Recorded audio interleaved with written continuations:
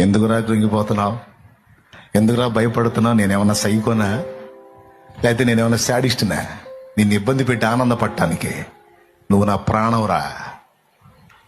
నాతో అన్న దేవుడు నీతో కూడా అంటున్నాడు, నా కుమారి నువ్వు నా ప్రాణం, నా కుమారుడా నువ్వు నా ప్రాణం.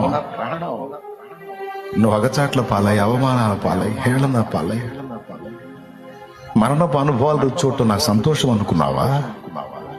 నాకు ఆనందం అనుకున్నావా? శాపాన్ని నువ్వు అనుభవించడం నాకు సంతోషం ఇచ్చింది అనుకున్నావా? నేనేమన్నా సైకోనా, శాడిస్టునా?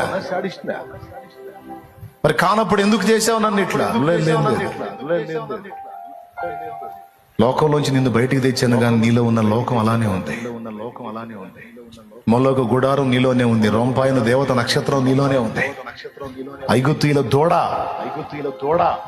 4 రోజులు మోసే పక్కకి వెళ్ళేటప్పటికి దూడొచ్చింది చూడు, ఆ దూడ ఉంది నీలో. ఇవి ఉన్నాయని నీకు తెలీదు. నేను మారాగా, నేను వచ్చాగా, నేను ఇప్పుడు బాగుపడ్డాగా, నేను మంచి ఉన్నాయాగా అనుకుంటున్నావు. నువ్వు ఏందైంది? నువ్వు ఏడే ఉన్నాయి సరుకు నీ దగ్గర.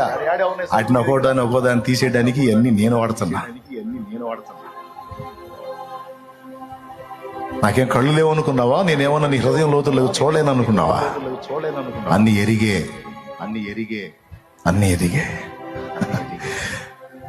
నువ్వేం చేయాలి? ఎరిగియున్నానయ్యా నీకేది అసాధ్యము కాదని, తెలుసుకున్నానయ్యా నీవెప్పుడు మేలు చేస్తావని.